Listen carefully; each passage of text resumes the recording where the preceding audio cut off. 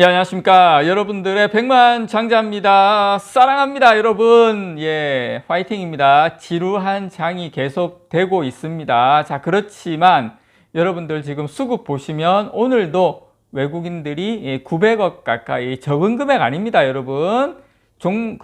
개수로 치면 100만 주 이상 사고 있는 겁니다. 절대 적은 금액이 아닙니다. 이렇게 꾸준하게 사고 있다. 그런데 우리들의 마음은 기다리기 지치고 힘들고 나자빠지고 난리 났다 그런 거.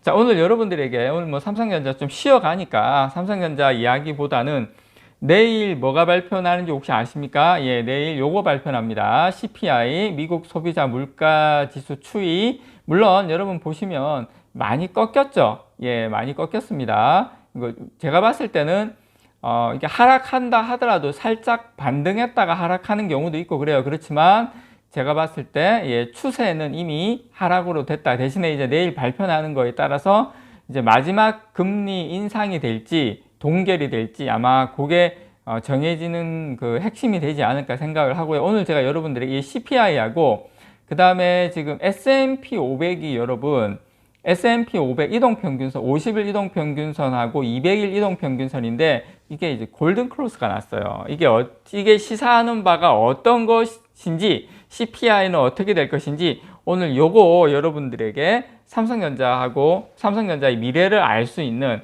두 가지 상황에 대해서 여러분들에게 고퀄리티로 분석을 좀 드리도록 하겠습니다. 자, 일단 지금 미국 같은 경우에는 증시 상승세가 일부 종목에 국한되지 않고 지금 광범위하게 진행이 되고 있습니다. 삼성전자 지금 최근에 조금 횡보하고 있지만 우리나라도 마찬가지예요.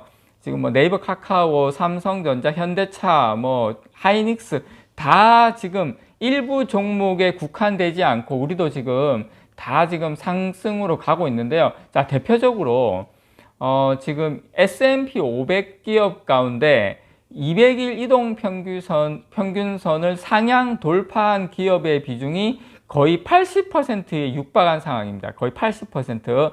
이것은 다우존스 마켓 데이터에 따르면 증시가 한참 고점을 향해 올라가던 2021년 9월 이후에 여러분 최고치입니다. 이렇게 여러 측면에서 이 상승 종목의 비율을 랠리의 폭이라고 합니다. 랠리의 폭. 상승 종목이 많을수록 랠리의 폭이 크다. 그렇게 우리가 볼 수 있는데 랠리의 폭이 넓을수록 마찬가지로 시장도 강한 것으로 판단을 합니다. 그래서 증시가 골고루 오른 만큼 지수가 특정 업종의 하락에 이제 덜 취약해지기 때문이죠.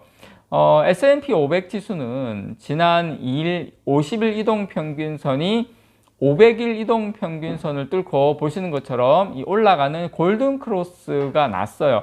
아니, 장자님 어디서 많이 들어봤는데 골든크로스가 뭐예요? 골든크로스가 나면 어떻게 되는 거예요? 자, 골든크로스는 여러분 장기 하락에서 상승으로의 전환을 예고하는 신호로 여겨집니다. 물론 100% 맞는 건 아니지만 거의 80% 이상의 정확도를 가지고 갑니다. 이 골든크로스 같은 경우에는. 그래서 이번에 골든크로스가 났다. 여러분께서 보시는 것처럼. 그래서 일부 전문가들은 최근에 이 기술적 지표의 강세를 증시 상승세가 장기간 앞으로 최소 1년에서 2년 이어질 수 있는 신호로 해석을 하고 있습니다. 제 이야기가 아니라 월가의 전문가들을 제가 이야기를 빌려서 말씀을 드린 겁니다. 그래서 증시 하락세 가운데 일시적인 반등이 아니다라는 것에 무게가 실리고 있다라는 거 여러분께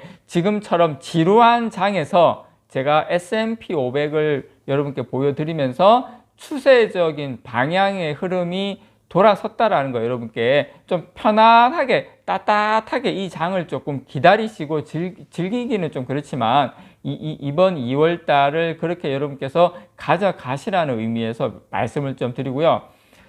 KKM 파이낸셜의 창업자이자 최고 경영자인 제프 킬버그라는 분이 있어요. 상당히 이제 잘 맞추시는 분인데 이분이 이제 월스트리트 저널의 금리 인하 가능성으로 인해서 증시가 지난해와 다른 환경에 접어들었다면서 증시가 계속 오를 것으로 예상한다. 나는 그렇게 생각한다. 이렇게 말씀을 하신 부분이 있는데, 자, 이제 제가 이제 금리 인하 부분에 대해서 이야기가 나왔기 때문에 제가 이 부분 지금 여러분들에게 보여드리고 있는, 자, 이제 CPI, 소비자 물가지수, 물가가 계속 떨어지면 금리를 이제 올릴 명분이 사라지는 거죠. 이제 금리 동결이나 금리 인하로 이제 가게 되는데, 지금 이제 내일 발표합니다. 내일 발표되는 이 CPI는 증시의 조정폭, 그 다음에 기간을 결정짓는 핵심 변수가 됩니다. 삼성전자에도 당연히 영향을 미치겠죠. 그래서 이